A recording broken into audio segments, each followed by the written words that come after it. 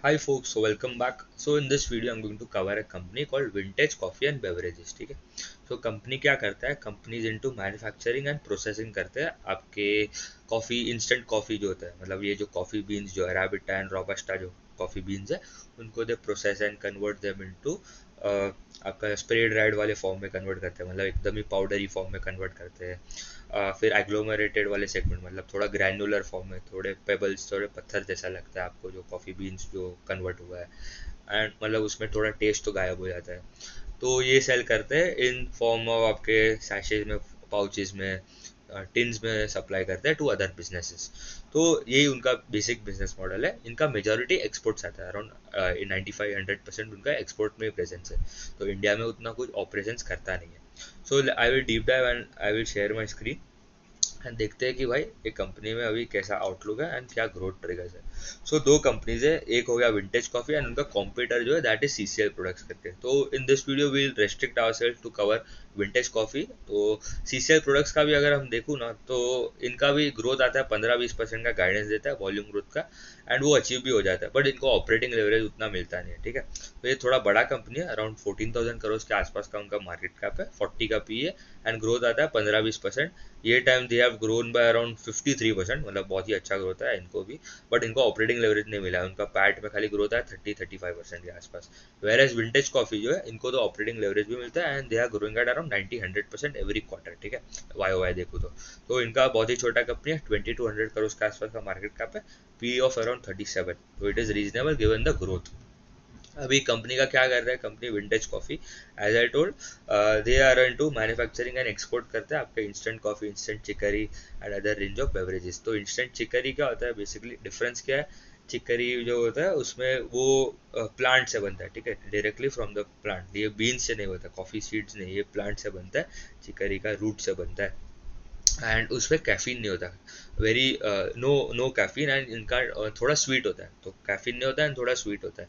Where instant coffee में मतलब आपको एक हो गया आपका अराबिटा वाला सेगमेंट, एंड हो गया एक robusta. Arabica is less caffeine and it is little sweet, and robusta जो होता है उसमें कैफीन थोड़ा ज़्यादा रहता है, बट उनका टेस्ट थोड़ा बिटर या थोड़ा हार्श बोल सकते हैं, थोड़ा वो होता है। एंड कंपनी का अगर हम देखें तो दो, देखो उनके दो, विंटेज कॉफ़ी करके जो कंपनी है उसके अंदर दो सब्सिडरी है, एक vintage coffee private limited and Delecto Foods private limited. अभी ये दोनों का एक्सपोर्ट्स में ही है। ठीक है, 100% एक्सपोर्ट ओरिएंटेड है, एंड ये भी मतलब मेजोरिटी इनका एक्सपोर्ट आता है, तो मेजरली इनका एक्सपोर्ट ही चलता है। तो ये export to countries like Europe में, यूएस में, फिर ऑस्ट्रेलिया न्यूजीलैंड साइड भी अभी जा रहा है, रशिया के साइड भी जा रहा है। सो इनका भी 100% एक्सपोर्ट ओरिएंटेड है, एंड स्पेसिफिकली देखो तो इट इज़ फॉर कॉफ़ी के लिए, एंड ये एंड चिकरी प्रोडक्ट्स के लिए भी सेगमेंट है, डेलेक्टो फूड्स वाला। तो विंटेज कॉफ़ी प्राइवेट लिमिटेड का capacity is around 6,500 metric tons, and ये जो डेलेक्टो फूड्स है that is around 1,700 metric tons. तो टोटल कैपेसिटी आ गया अराउंड 80-100 मेट्रिक टन्स के आसपास का उनका टोटल कैपेसिटी है, दोनों सब्सिडरीज मिला के। हाँ, क्या बेचता है, एज आई टोल्ड, ये जो स्प्रे ड्राइड कॉफ़ी हो गया, एकदम ही पाउडरी फॉर्म में आपको दिख रहा है। फिर ये एग्लोमेरेटेड वाला जो सेगमेंट है, ये थोड़ा ग्रैन्युलर, थोड़ा स्टोन्स के जैसे फॉर्म में, थोड़ा बड़ा है कंपेयर टू दिस। एंड ये पैकेजिंग में आपके टिन्स में 25 ग्राम्स, 100 ग्राम्स, 200 ग्राम्स, ये सब सेगमेंट में बेचता है, एंड सैशेज में भी बेचता है 1 ग्राम का, पाउचेस में भी बेचता है, एंड ये उनका बल्क वाला सेगमेंट है। ठीक है, बॉक्सेस में बेचता है, इसमें मार्जिन थोड़ा कम मिलता है उनको कंपेयर टू दीज प्रोडक्ट्स। तो उनका करंटली 50-50 आता है इन बल्क सेल्स, एंड 50% उनका पैकेजिंग वाले सेगमेंट है, कंज्यूमर पैकेटिंग। तो उनका भी बोलना है कि हम आगे जाके हमारा पैकेजिंग वाले सेगमेंट से ज़्यादा रेवेन्यू जनरेट कर पाएगा मिक्स में। अगर देखो 100, अगर 100 पैकेट बेच रहे हैं, उसमें से अभी 50-50 है, आगे जाके इट कैन गो टू 60-65-70 के आसपास पैकेजिंग वाले सेगमेंट से जा सकते, ये कंज्यूमर पैकेट के फॉर्म में जा सकता है। तो it is more value added, more margin accretive, तो इससे उनका थोड़ा मार्जिन में भी एक्सपांशन आ सकता है। एंड एज आई टोल्ड, ये जो उनका कॉफ़ी का जो इंडस्ट्री है, ठीक है, तो coffee is the second most consumed beverage. ठीक है, आफ्टर वाटर अगर हम देखें तो it is the second most consumed beverage, and ये इंडस्ट्री का भी ग्रोथ देखो। ठीक है, ऐसा नहीं कि खाली इंडस्ट्री में मतलब 2-3% का ग्रोथ आ रहा है, the industry itself is growing at around 7-8%। And ये सब जो छोटे कंपनीज है, CCL प्रोडक्ट्स हो गया, विंटेज कॉफी हो गया, they are a very small part of the organized market, तो they can easily grow at a better rate compared to the overall industry। and वो आ भी रहा है, ठीक है, consistently every year every quarter they are delivering their numbers as well, very well। And अभी उनका if I look at their, उनका पास एक as I told they are a B2B business, पर उनके पास एक स्टोर भी है, उनका एक कॉफ़ी शॉप भी है, that is in Navi Mumbai. तो वहाँ से भी ये फ्रेंचाइजी वाले सेगमेंट में, मतलब उनका फ्रेंचाइजी है, they have given to some company and वो ऑपरेट करते हैं। तो उनका ये एक उनका शॉप है, वहाँ से भी they are generating good amount of revenue. तो अभी तक करंटली खाली एक ही स्टोर है, उनका बोलना है कि हमारा आगे जाके in coming few months we will add 2 more shops, ठीक है। तो यहाँ से भी उनको अच्छा खासा रेवेन्यू मिलेगा, क्योंकि ये B2C business is always higher margin compare to B2B, right.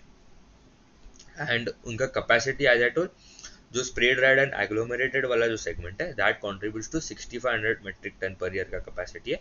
And chicory वाला जो Delecto foods and private limited में था, दैट वाज अराउंड 1700। ये जो पैकेजिंग वाला जो है, ये जो उन्होंने फॉरवर्ड इंटीग्रेशन किया, इससे उनका मार्जिन में आगे लास्ट ईयर नहीं था, ये आगे जाके ऐड हुआ, इन लास्ट फ्यू क्वार्टर्स में ऐड हुआ है। तो इसलिए अभी उनका पहले पैकेजिंग नहीं था, तो वो दूसरे कोई कंपनी को बोलता था कि पैकेजिंग करके दो, अभी ये खुद ही पैकेजिंग करता है। तो इससे उनको उनका खर्चा भी बचता है, एंड इसलिए उनका मार्जिन भी इम्प्रूव हो रहे हैं एवरी को। अगर आप देखो लास्ट ईयर उनके मार्जिन अराउंड 10% के आसपास है, बिड्डा मार्जिन, अभी it has come up to around 13-14% के आसपास। एंड उनका कैपेसिटी यूटिलाइजेशन, ठीक है, from the last 4 quarters it is around 100% का कैपेसिटी यूटिलाइजेशन है। तो कंपनीज 100% कैपेसिटी पे चल रहा है, एंड तो भी इतना अच्छा ग्रोथ आ रहा है, ठीक है। मतलब अभी तक they have not exhausted any of their, अभी तक कैपेसिटी तो एक्सपांड हो गया, एग्जॉस्ट हो गया, but growth is still continuing. इसलिए क्यों हो रहा है, क्योंकि उनको मार्जिन में भी इम्प्रूवमेंट आ रहा है। एंड उनका बोलना है कि हमारा क्वार्टर मार्च ऑफ 2026, मतलब Q1 ऑफ FY27 में, end of Q4 of FY26, या उसमें ये वो सेगमेंट, जब वो टाइम लाइन में they are going to add 1 more facility for आपका स्प्रे ड्राइड एंड एग्लोमेरेटेड वाले सेगमेंट है, जिसका कैपेसिटी would be around 4500 metric ton per annum, and which will start by end of FY2026 तक, end of 26 तक start होएगा, मतलब FY27 में उसका रेवेन्यू दे कैन रिकग्नाइज। तो जब एंड ऑफ मार्च 2026 में, उसके बाद से अच्छा खासा रेवेन्यू वहाँ से जनरेट होगा। एंड उनके पास they have already secured orders for Q3 and Q4 of FY26। And उनका बोलना है आगे जाके एक दो एग्जैक्टली अगर देखो तो मार्च ऑफ 2027 में उनका और एक फैसिलिटी आ रहा है, दैट इज रिगार्डिंग उनका फ्रीज ड्राइड कॉफी वाले सेगमेंट में। तो डिफरेंस क्या है, देखो, एक हो गया आपका, सबसे पहले आता है स्प्रे ड्राइड, तो सबसे सस्ता मिलता है स्प्रे ड्राइड वाला कॉफी। उसके बाद एक लेयर नीचे अगर आप जाओ तो दैट इज एग्लोमेरेटेड, जिसमें थोड़ा ग्रैन्युलर फॉर्म में मिलता है, दैट इज उसमें थोड़ा मार्जिन ज़्यादा होता है compare to spray dried. And उसके बाद होता है आपका फ्रीज ड्राइड कॉफ़ी, जिसको बेसिकली ये जो आपका स्प्रे ड्राइड एंड एग्लोमेरेट जो होता है, उसमें आपका स्मेल चला जाता है, मतलब आपके कॉफ़ी का जो टेस्ट या तो स्मेल, जो अरोमा आता है, वो चला जाता है। बट ये फ्रीज ड्राइड कॉफ़ी में कैसा होता है कि उनको -50 -60 डिग्री सेल्सियस पे ले जाते हैं, उसके बाद उनका टेस्ट रिकूप करने के लिए ये स्पेसिफिकली कोल्ड टेम्परेचर्स में ले जाता है, एंड इसीलिए आपका मार्जिन वहाँ पे हाई मिलता है, क्योंकि ये वैल्यू एडेड प्रोडक्ट, इसमें मेहनत ज़्यादा लगता है कंपनी को करने में। तो इसलिए अभी वो सेगमेंट में भी जा रहा है, फ्रीज ड्राइड वाले सेगमेंट में, which is more margin accretive. तो करंटली उनका बोलना है कि ये जो स्प्रे ड्राइड एंड एग्लोमेरेट वाला जो सेगमेंट है, they earn around 15-16% EBITDA on that, EBITDA margin वहाँ पे। अभी if they go into freeze dried वाला coffee, they can earn around 22-24% के आसपास का EBITDA मार्जिन कमा सकते हैं, इंक्लूडिंग ये सब। उनका थोड़ा कॉस्ट भी हाई लग जाता है, क्योंकि वो बनाने में थोड़ा डिफिकल्ट होता है, राइट। उसमें -50 -60 कोल्ड स्टोरेज टेम्परेचर में ले जाना पड़ता है आपको। But without regarding to that, ठीक है, इंक्लूडिंग दैट, उन्होंने बोला it is more margin accretive compared to spray dried and ये आपका एग्लोमेरेटेड वाला सेगमेंट है। एंड उसके बाद उनका कैपेसिटी, एज आई टोल्ड, उनका already they are working on 100% every देखो आप लास्ट 3 क्वार्टर से उनका कैपेसिटी 4 क्वार्टर से कैपेसिटी जो था उतना ही ऑलमोस्ट यूटिलाइजेशन हो रहा है, तो इट इज़ ऑप्टिमम कैपेसिटी पे है। एंड दे वांट कि हमारा आगे जाके कैपेसिटी बढ़े, क्योंकि आगे का ग्रोथ को आपको सस्टेन करने के लिए you need to add capacity, right, वरना आपका ये ग्रोथ सस्टेन होएगा ही नहीं जो अभी 90-100% के आसपास का जो ग्रोथ आ रहा है, राइट। एंड फाइनली अभी एज आई टोल्ड अभी they are more planning to go aggressive in USA. तो यूएसए में फर्स्ट है, मतलब in consuming of coffee USA is the number 1 country. And New Zealand and Australia में भी एक्सपांड कर रहे हैं। एंड उनका अगर मिक्स भी देखो, ठीक है, उनका मेजरली अभी तक तो आता है specifically from Russia Russia Russia से आता है अराउंड 27% के आसपास, मिडल ईस्टर्न कंट्रीज से अराउंड 30% के आसपास आता है, 14% यूरोप एंड यूएस से आता है, साउथ ईस्ट एशिया से अराउंड 16%। इनका डोमेस्टिक भी अराउंड 10% के आसपास वो मिनिमम है, ठीक है, मतलब वहाँ पे उतना कुछ एक्सपोजर नहीं है, वो जो उनका जो शॉप होएगा वो मेनली वहाँ से ही आता होगा। एंड क्लाइंट कॉन्सेंट्रेशन में टॉप 5 क्लाइंट्स जो है that contribute to 47% of the revenue, and remaining other clients है, अदर कस्टमर्स है। तो इनका दे आर उनका एक थोड़ा रिस्क भी हो सकता है ये, बट एक एडवांटेज भी है, क्योंकि अगर इतना ट्रस्ट बिल्डअप हुआ है कि विद दीज कंपनी जो टॉप 5 कस्टमर्स है, तो ऐसा ही नहीं बिल्ड होगा, ठीक है। They are consistently doing from 2016-2015 से, मतलब 8-9 साल तो हो गया इनको करते करते ये बिजनेस। एंड अभी उनके अगर नंबर्स देखो, ठीक है, अभी ये सब तो पहले का बात है, अभी आगे जाके कंपनी ने गाइडेंस भी क्या दिया है, उनका आउटलुक भी क्या है, एंड ये क्वार्टर के नंबर्स क्या है। तो एज आई टोल्ड उनका मतलब they are consistently growing around 90-100% के आसपास, एवरी क्वार्टर उनका ग्रोथ देखो वाई वाई कंपेरिजन करोगे तो 100% के आसपास का ग्रोथ आ रहा है। This quarter they grow by 90%, profit और इबिटा में ग्रोथ है अराउंड 120%, एंड पैट में ग्रोथ है 137, मतलब उनको ऑपरेटिंग लेवरेज भी मिला है, सॉरी। एंड अगर हाफ ईयरली भी देखो, ठीक है, मतलब H1 of FY26 versus H1 of FY25 उनका ग्रोथ आया 106%, एंड EBITDA में ग्रोथ आया 138%, एंड पैट ग्रो 166%। मार्जिन भी देखो तो H1 ऑफ FY26 में उनके EBITDA margin stand at around 14%, last year Y हुआ इट वाज अराउंड 10.5-11% के आसपास, एंड पैट मार्जिन अभी अराउंड है उनके 13.5% versus 10.4% on a Y Y basis. तो मार्जिन में भी इंप्रूवमेंट आ रहा है, स्पेसिफिकली एज आई टोल्ड उनका लास्ट ईयर तक कंपनी ने this was the first quarter उन्होंने कॉन कॉल भी किया, ठीक है, मतलब अभी तक कोई कॉन कॉल तो होता नहीं था। I am tracking this company from last 1 year, अभी तक उनका कोई कॉन कॉल हुआ नहीं था, तो this is the first year, this is the first quarter जब उनका कॉन कॉल भी हुआ है, ठीक है। एंड हम उसके बाद उनका वैल्यूएशन भी देखेंगे, तो कॉन कॉल में भी हम देखते हैं क्या बात की कंपनी ने।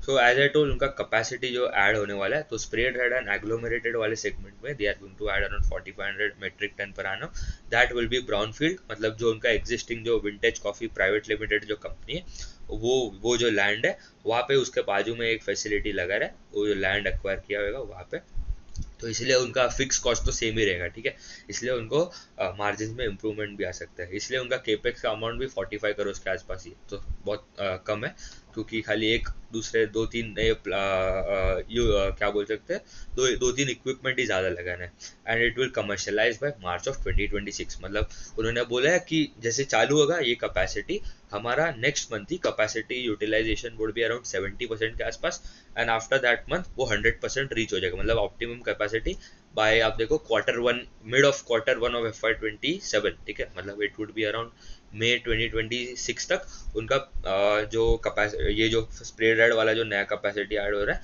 That would be around 100% utilisation पे। तो ये भी बहुत ही बढ़िया, क्योंकि इतना जल्दी अगर आप एक कैपेसिटी ऐड कर रहे हो उसको ऑप्टिमम कैपेसिटी पे जाने के लिए थोड़ा टाइम लगता है, ठीक है, 3-4-5 महीने तो लग ही जाता है, बट वो बोल रहा है हमारा 1.5 मंथ में हमारा 100% यूटिलाइजेशन हो जाएगा। एंड ये जो फ्रीज रेड कॉफ़ी वाला जो सेगमेंट है उसका 5000 मेट्रिक टन पर एनम का कैपेसिटी है, that is green field, and उसके लिए उन्होंने already they have placed in the orders for all the equipment जो भी लगेगा उन्होंने ऑलरेडी प्लेस किया। तो इट टेल्स कि भाई company is very hungry for growth, क्योंकि अभी से ही प्लेस कर रही है, 1 साल पहले ही प्लेस करके रख दिया order.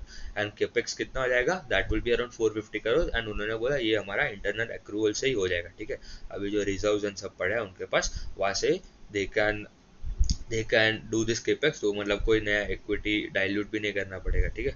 And it will start bye 2027 March of 2027, and long term उनका उन्होंने बोला यहाँ पे एक थोड़ा एक रिस्क हो सकता है, क्योंकि in the volatility of coffee prices, ठीक है। तो अगर कॉफ़ी प्राइसेस ड्रॉप हो गए तो आपका इनका पूरा ग्रोथ थोड़ा इम्पैक्ट हो जाएगा, क्योंकि ड्रॉप प्राइस में ड्रॉप हो गया तो वैल्यू ग्रोथ आपका कम हो जाएगा, राइट। तो पहले इनका कैसा था कि they use to take orders in terms of पूरा अमाउंट के टर्म में।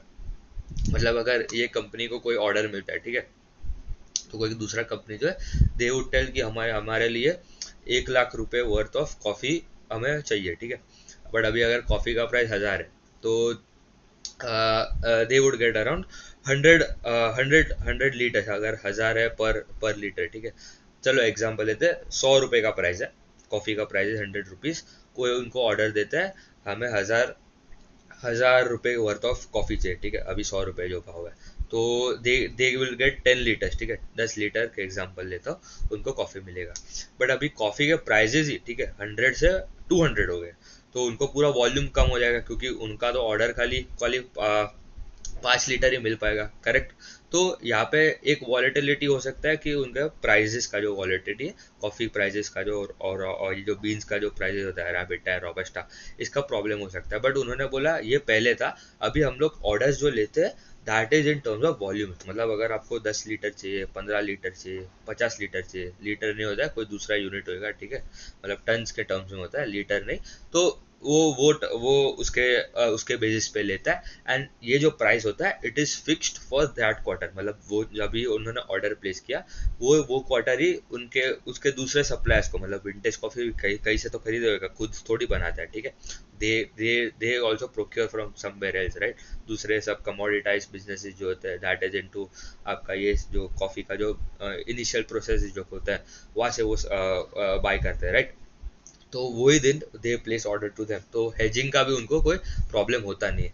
एंड करंटली उनका capacity as I told it is around 8200 metric ton per annum, including the chicory वाला सेगमेंट 1700, एंड आपका ये जो कौन सा वाला spray dried and agglomerated which is around 6500, तो टोटल 8200 हुआ। एंड वो बोल रहा है हमारा कि लॉन्ग टर्म में, थोड़ा मतलब 2 3 4 साल बाद हमारे 20,000 MTPA का कैपेसिटी हो सकता है। स्प्रेड रेड में it would be around 12,000, and ये फ्रीज रेड वाला 8,000। तो अभी स्प्रेड रेड वाला इज अराउंड 4500, एंड ये जो कैपेसिटी जो नया एडअप करने वाला है, ठीक है, ये कितने का ऐड करने वाले हैं, सॉरी, स्प्रेड रेड का इट इज अराउंड 6500 अभी, एंड ये 4500 ऐड करेगा, तो टोटल 11,000 के आसपास MTPA का कैपेसिटी हो जाएगा स्प्रेड रेड का। उसके बाद भी वो बोल रहे हैं हमारा 1000 के आसपास ऐड करेगा going head. And freeze dried का तो अभी तक कोई सेगमेंट नहीं है, एंड अभी ये जो नया जो केपेक्स आ रहा है दैट वुड बी 2027 5,000, एंड उसके बाद और 2 3 हज़ार का ऐड करने वाला है गोइंग हेड आफ्टर 2027।